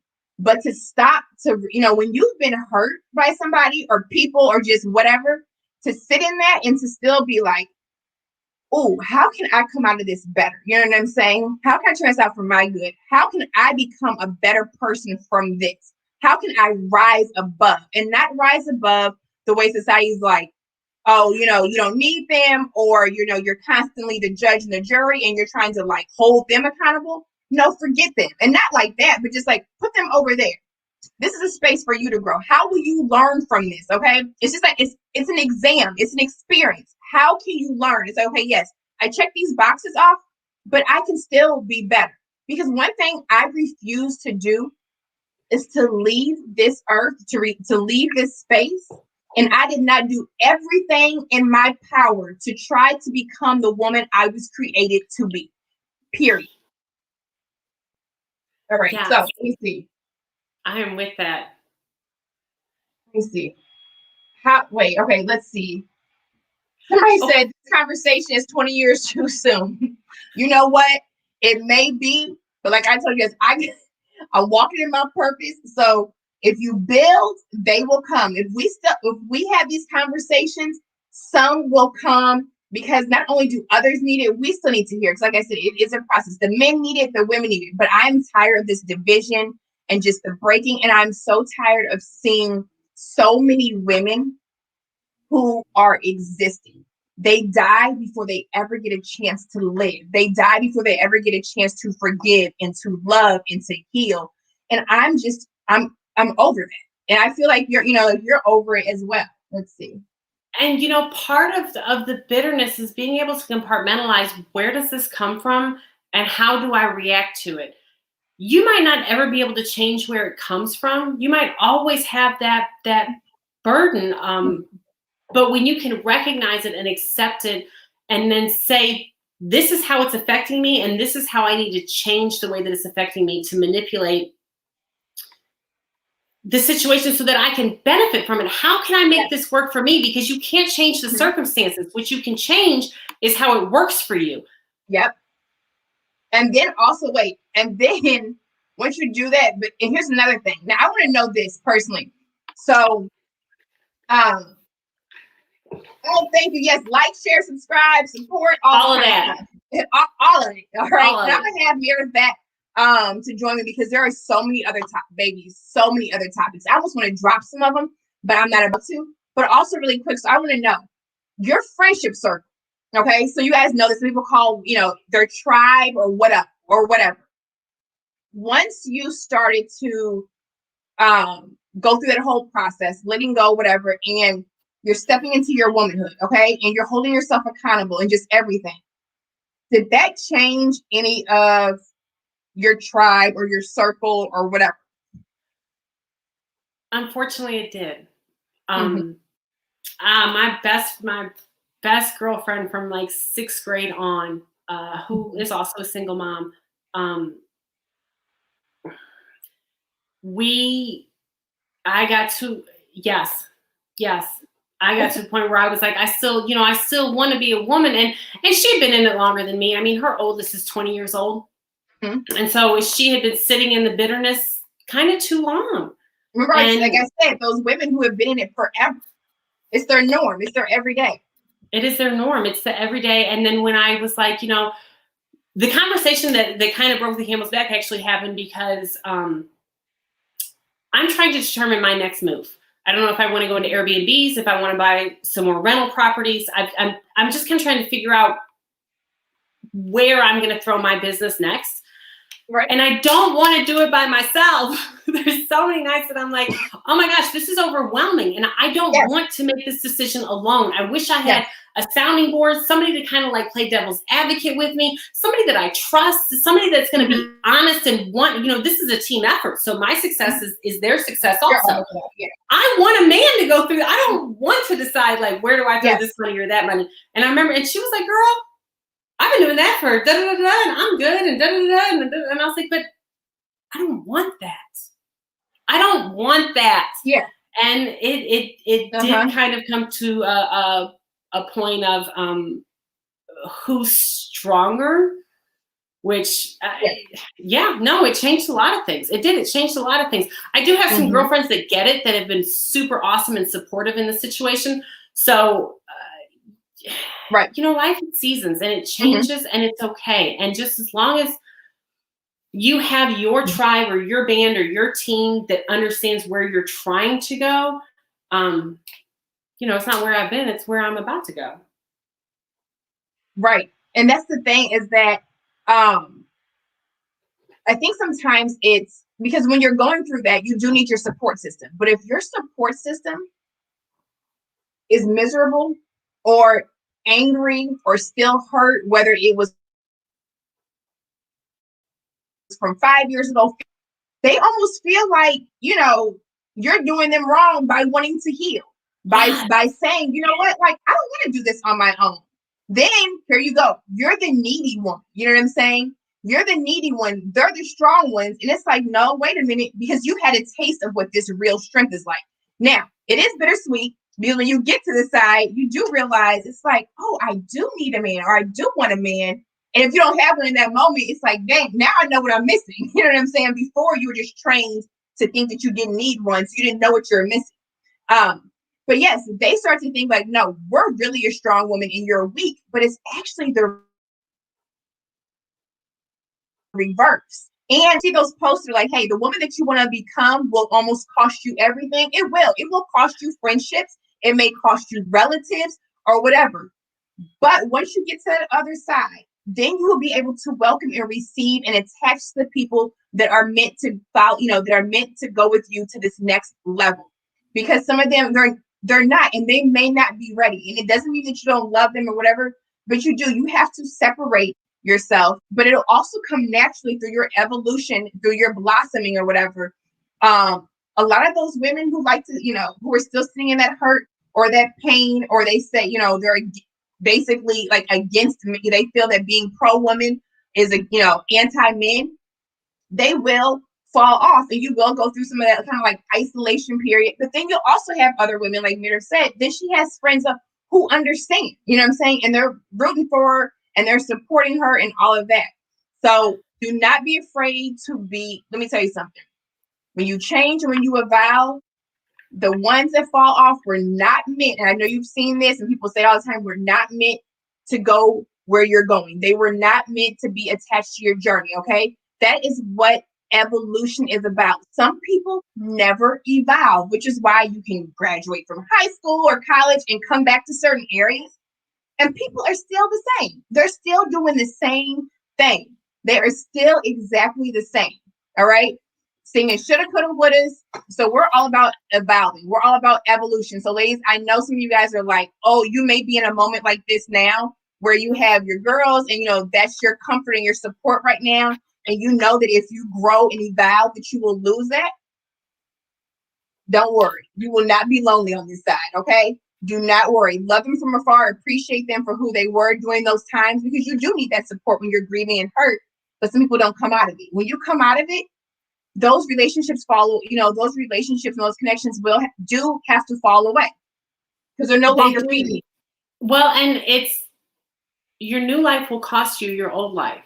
Yes. What are you really like? What do you really are willing to sacrifice in order to achieve this higher being, this feminine energy that God gave you to give? But who said the active activists, don't let bitter people keep you bitter? You saying I need a man as an attack against them. It does. It gets to a point where we're divided as women, where it's like you have this group of women that don't need a man, and you have this group of women that are willing to say, I do need a man.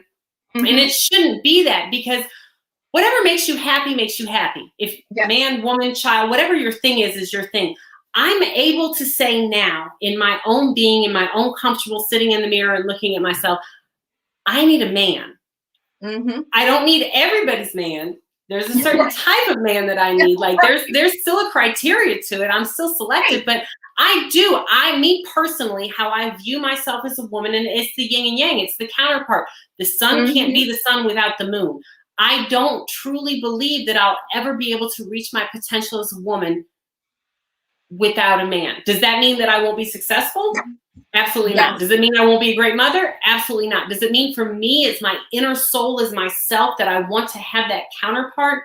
Yes. And I'm okay admitting that now, 40 years later. I'm okay saying, like, I do. I want a man, and I want somebody who's going to be a teammate, who's going to be the yin to my yang, who's going to not try and take advantage of my tenderness or my sensuality or my yielding, my flexibility, my somebody who sees that as an arena for them to be masculine, for them to be the provider and the protector, for me to feel safe, for it to be this energy and this trade-off between the two of us where we feed off each other. But what I have, you don't have.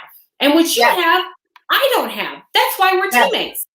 That is why we were teammates. And you know what? And that's a good place for us. I don't necessarily want to stop this, but we're going to get to the chat. And that's the thing. For, you know what, for me too, because you'll have people that are like, oh, you're just now getting this. Look, it's better late than never, because there are so many that never get this. I know women in their 70s, 60s, 50s, 80s, 40s who will never get this, okay? And that's the thing. I got it and I love it and I'm not letting go, because I wanted to show not only myself, but also my children. Look, this is what a real woman is. This is what a whole woman is. You saw me before, but look at your mama now. You know what I'm saying? This is what a whole healthy woman is, but it's also because it's showing my boys. So now they know how to go out and recognize. You know what I'm saying? Yes. Are they going to be with a female, with somebody that's wounded, with somebody that's going to tear them down? Because look, I didn't go through all this for somebody to come. Somebody's I just stopped myself from somebody's daughter to come tear them down, all right? And vice versa. I did not raising them to tear down a woman, but I want them to be able to recognize what a woman is. I want my daughter to know I'm her first example of what a woman is. So it was like, let me get myself, let me get it together. But now the stuff that I feel, when it comes to others, the stuff that I can receive, the stuff I can give, because that's the thing.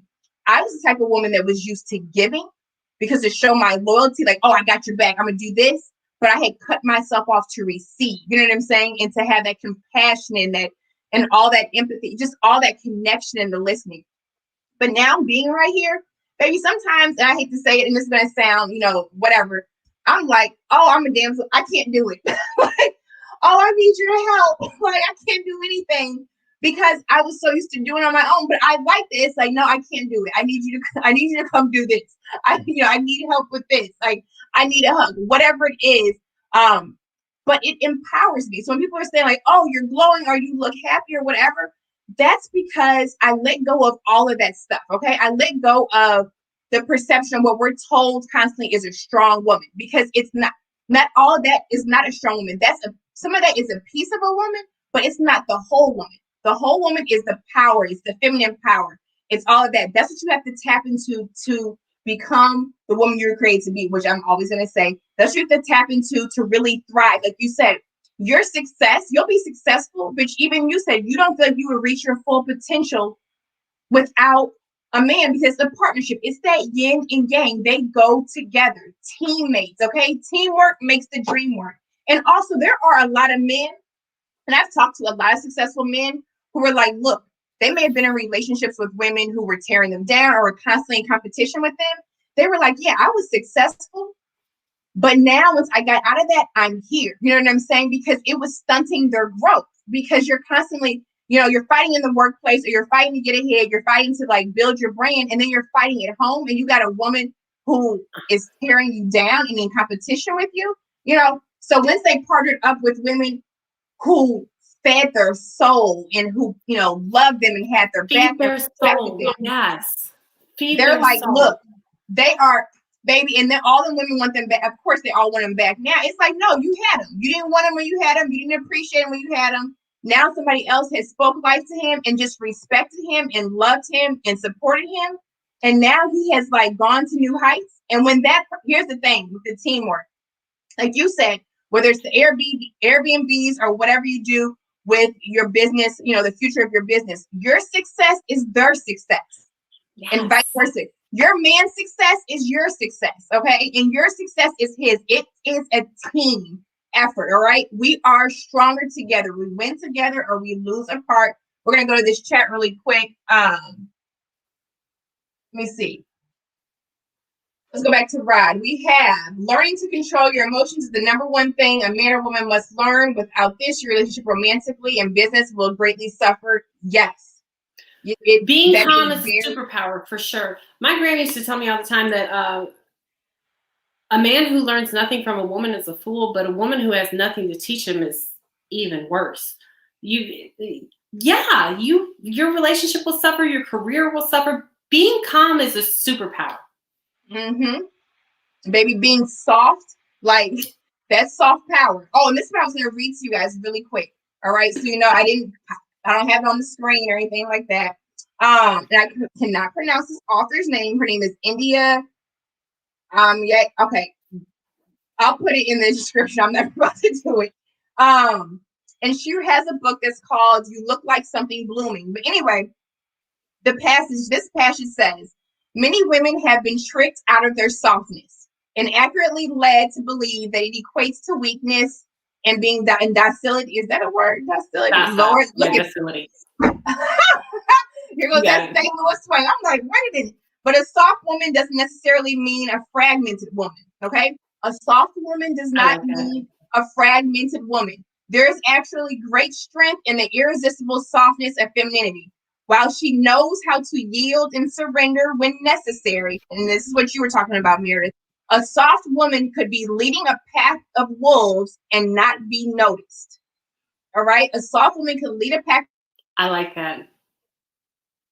The wolves and not be noticed. I think they are actually leading, but gently and most lovingly, they are indeed being led. That even comes to the business or whatever. But sometimes, yes, sometimes men need us. They need us, but they don't need us to be going at them. It's like fall back, speak life, or just be quiet, be his support, and it will help guide him in the other way around. Women can be charmful, we can be cunning, and this is it. We're not talking about doing people wrong. We're 12 for that. We're talking about in a good way, whether it's or whatever, but just in general. And when she said, go back to the beginning before I messed up that word, she was like, women have been tricked out of their softness, okay? And accurately led to believe that it equates to weakness. That's the problem. Softness does not mean weakness. It does not mean you are less than. It does not mean you are beneath a man. It does not mean you cannot be successful. We have been tricked, whether it was from years back, your mothers, your aunts, whatever, and society's one-sided women empowerment movements that are feeding it as well. They're like, no, this is what you have to be like him to be powerful. You know what I'm saying? You have to tear them down to lift up. No, okay? It is killing that other side. Okay, so what is this? My neighbor called her husband lazy because he paid to have everything done in his house.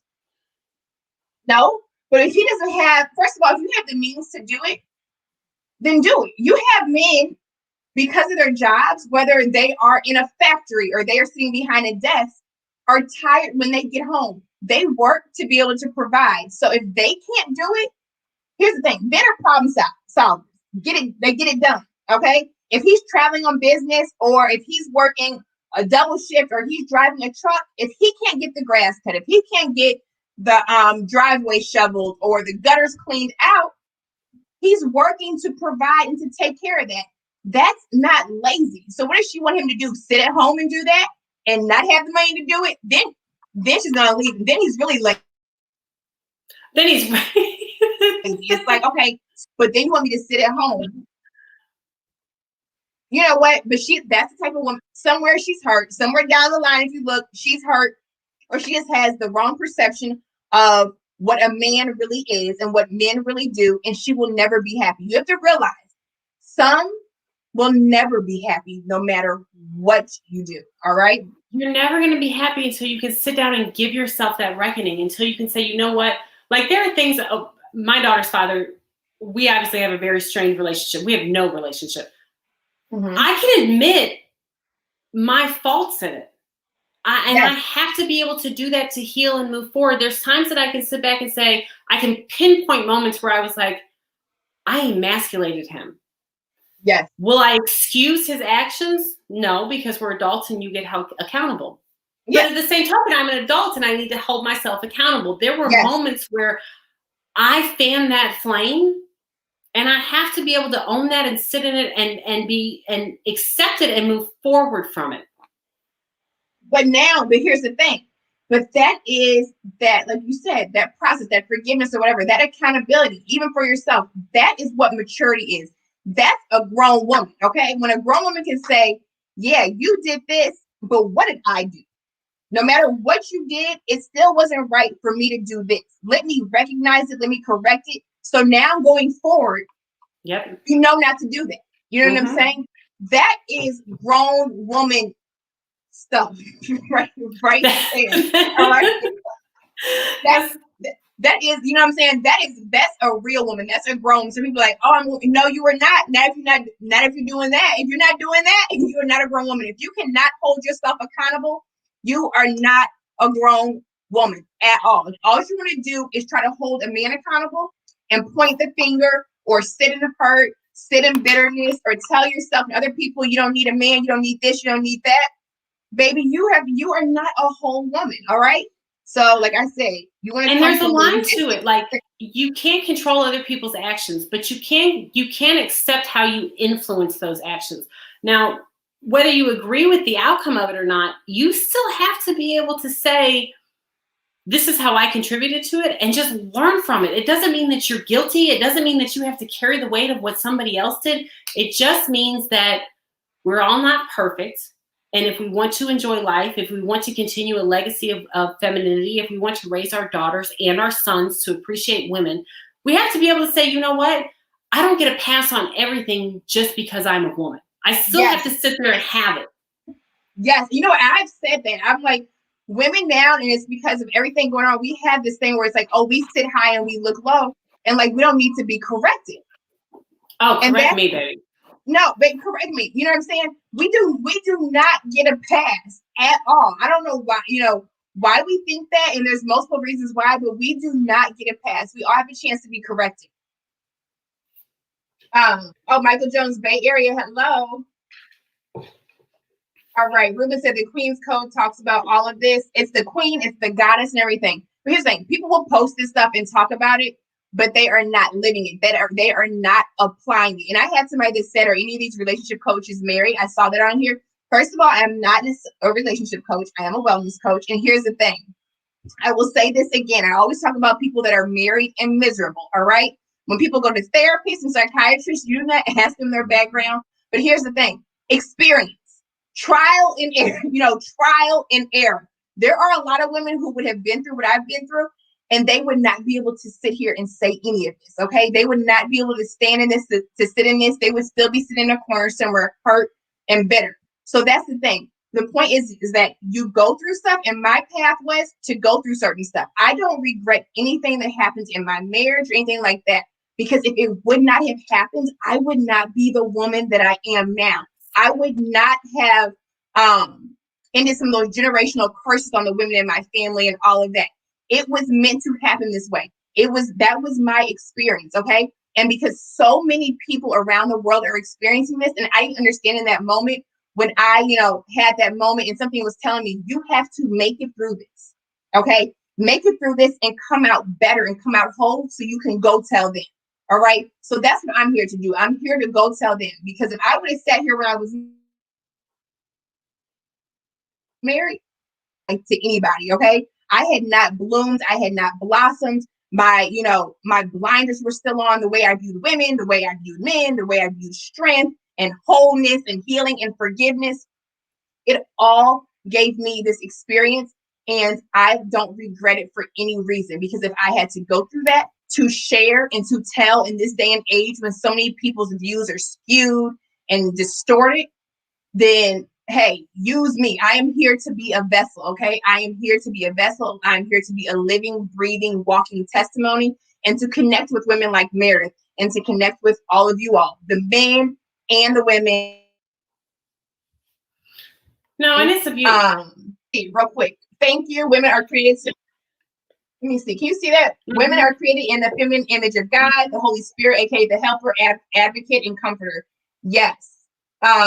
Scott, introspection is key, and we're missing it in our society. Yes, we are definitely missing that. All right. So you all, I'm trying to think. This is what we're going to be doing. Meredith, I would hopefully like for you to come back. And you know what I do? Can I go ahead and share this one little thought, or not even thought, this one perspective that you share with me about fathers. Yes. Even though we're not going there. Okay. No, we'll go there later. We'll go there later and say it's for another time. But I just want to show you guys some of these conversations on the phone, and she is talking, and she said, you know, I also have a problem when women celebrate themselves on Father's Day. She was like, because Don't hate I me. am not a father. You remember? And you said that earlier. You said, I am not a father. And I have told my daughter, I am not your father, and I cannot be your father. I am your mother. And I feel the same way. I do not understand it, because there is power in a father, there is power in a mother. And yes, it is, you know, it is sad, and it is, you do have to figure some things out if the father is not in the picture. But look, a father is a father for a reason. I was not created or built to be your father. I will not celebrate myself on Father's Day, because I am not that. I am am your that. mother. Right. I am your mother. Okay. And that was just one thing. Okay. That was just one. I just wanted to share that. So she will be back. And also, for you to be able to sit, like I said, to choose a woman who's gone through part of the process and is still evolving and is still at a stage now where she's like, you know what? I do want to do this with a man. I do need a man. You know, I don't want to take my business to the next level on my own. I want to be able to sit and talk about this. I don't want to, you know, at night when you have those moments and you're like, oh, I did this today, I did this today, I did this today. I'm exhausted because this load sometimes is too heavy for me. And that's what I wanted, you know, that's what I want people to hear from you. That's what I want women to hear. I want women to also hear from a woman who is successful because she has tapped into her feminine power. She uses her feminine finesse to build her brand, to help her clients, to grow her, you know, grow her business and everything like that. So you can be both. You can be soft and you can be strong. You can be soft and you can be successful. All right. You do not believe the hype that a woman or that your feminine power makes you weak. It makes you strong. It makes you whole. All right. Guys, thank you for joining. Same team. Thank you for joining me. Meredith, thank you so much. So you know you are an official team member. I'm so excited. All right. Oh, and Meredith's shirt. So she's from St. Louis as well. And she has red hot riblets. Is that what you have on your shirt? No, I got on. So St. Louis, real estate agent. St. Louis is historic for all the brickwork that was done in it. PBS has done a bunch of specials on it. There's a ton of brick houses in St. Louis that are just like beautiful, perfect things. And you know, brick house, women, real estate. I'm a St. Louis brick mom. Okay, brick house. All right, and you guys, real quick, just to let you know. So here's another thing. When I tell you about connecting, Meredith was a friend of my sister, my bigger sisters years ago. Meredith, what was it? I have not seen Meredith probably. And how long do you think? Maybe last, other than today, maybe 97, 98. 97, okay? This is what I'm saying. When you start speaking and connecting and doing stuff, that's the reason why I'm doing this. And it does. You do have like the haters or whatever, but then you're able to connect with women all over the world. Like there's women in the Netherlands, in the UK that I've connected with, and then right here in STL. And I wanted to honor and showcase a woman who is from here. So she's a 314 day, but also somebody who has her voice and who has her perspective and knows like who she is now and where she's going and can own that and just has, you know, all these amazing point of views, like I said, that other, you know, that women need to hear and that men need to hear other than just me. So welcome to the pick me status. I'm so excited to be a pick me.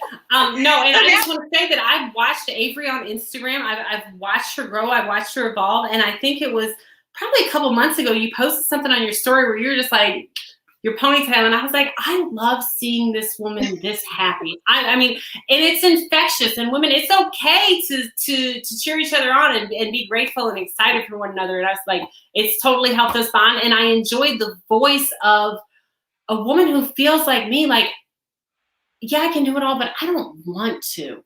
And you shouldn't want to. You shouldn't have to. And it's okay to say you shouldn't have to. We also owe each other that same space to say, like, you're not alone in wanting this support or this help from a man.